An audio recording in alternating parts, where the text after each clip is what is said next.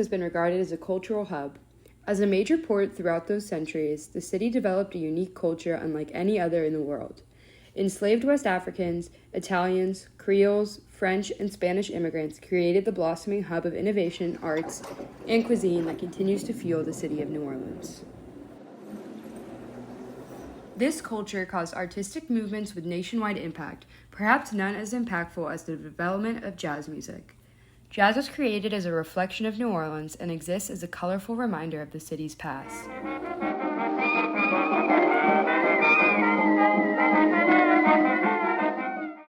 Transmitted to us, I don't know, but I believe that the music keeps us in touch with life and reality in the midst of all the problems and the woes that we deal with every day of our life.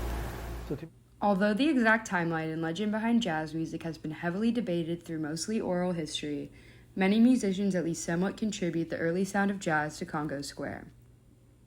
Congo Square has become somewhat of a mythic figure in the history of jazz, with musical tourists flocking to the location daily. Before the emancipation of enslaved Africans, Congo Square was an open gathering place that fostered an environment of free expression. Africans from all over the continent gathered and shared cultural dance and music, including the development of the bambula, a dance and drumming style that encapsulates the combination of African cultures in Louisiana. Ronald Chizome, a lifelong advocate for the preservation of the Treme neighborhood, spoke about Congo Square. That's why Congo Square is so important, because Congo Square keeps us connected to Africa, because New Orleans is the only place that drumming was allowed to play in every state in the United States. We actually, Africans who came to be made slaves here to play music in Congo Square, play drumming on Sunday, but every other state was outlawed. So that's why keeping it connected to Africa, the music keeps it connected to Africa, the Congo Square thing, the Treme thing. Also during the early 19th century, in the nearby French Quarter, a different culture of music began to appear among New Orleans' elite. Opera became a pastime and social gathering place for the wealthy, with the Théâtre des Orleans on the corner of Bourbon and Royale becoming an early home of the opera, before burning down in 1866, although the ballroom would become a music venue for decades following. On Bourbon and Toulouse Street, the French Opera House became a fashionable place for New Orleanians to gather before it also burned down in 1919. The existence of such elaborate spaces for the arts set a precedent for the treatment of music throughout New Orleans. The foundations of jazz as a blended genre started with the bambula of the Congo Square and evolved with the spread of the Baptist faith among black communities in New Orleans. Catholicism was the dominant religion during its founding, but after the Civil War, predominantly black Baptist churches were founded across Treme, the 7th Ward, and Central City, all neighborhoods instrumental in the creation of jazz. Holy Roller Church on Jackson and Franklin was an inspiration for many of these early jazz musicians. This is where Buddy Bolden, credited as one of the founders of the jazz movement, attended and was said to draw inspiration from the use of rhythmic percussion and fast-paced melodies.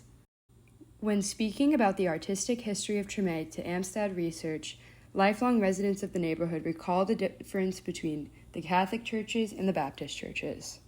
They used to sing and clap, jubilees.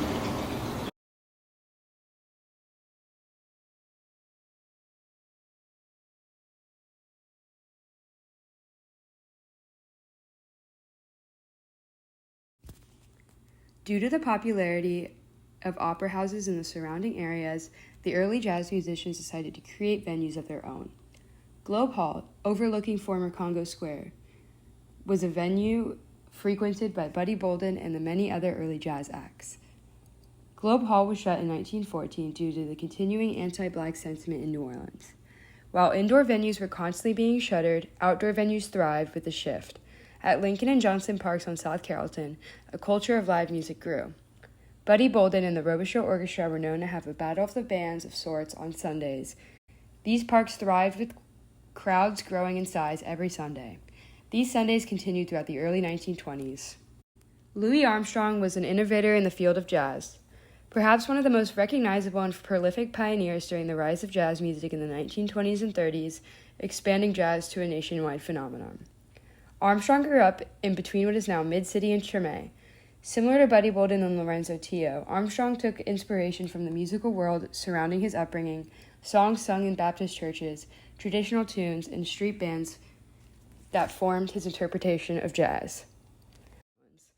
While superstar instrumentalists and bands toured the nation and found homes in the North, a lot of native New Orleanians saw the integration of jazz throughout everyday life. Song was always heard on the streets of New Orleans, but jazz brought a uniting force to the events held throughout Treme, the 7th Ward, and the French Quarter. Prior to the construction of Interstate 10, Claiborne Avenue was a center of activity in these neighborhoods. Residents who grew up in these areas before I-10 recall weekly parades, vegetable sellers, and funeral processions all having the distinct sound of jazz. During the Depression, I don't know if it was sponsored by the city or what, but every Sunday you'd have a jazz band on the back of a truck that would go up and down the neighborhood and stop at the corners and play music. Some of the people would just listen, and some of them would not really dance, but they enjoyed the music. Mm-hmm. So Claiborne Avenue was famous for its parades.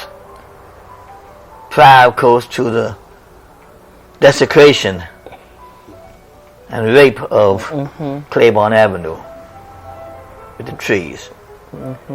By Interstate 10. Yes. I-10 ran right through the neighborhoods with the richest history, coincidentally or most likely not, areas of town with the largest black populations.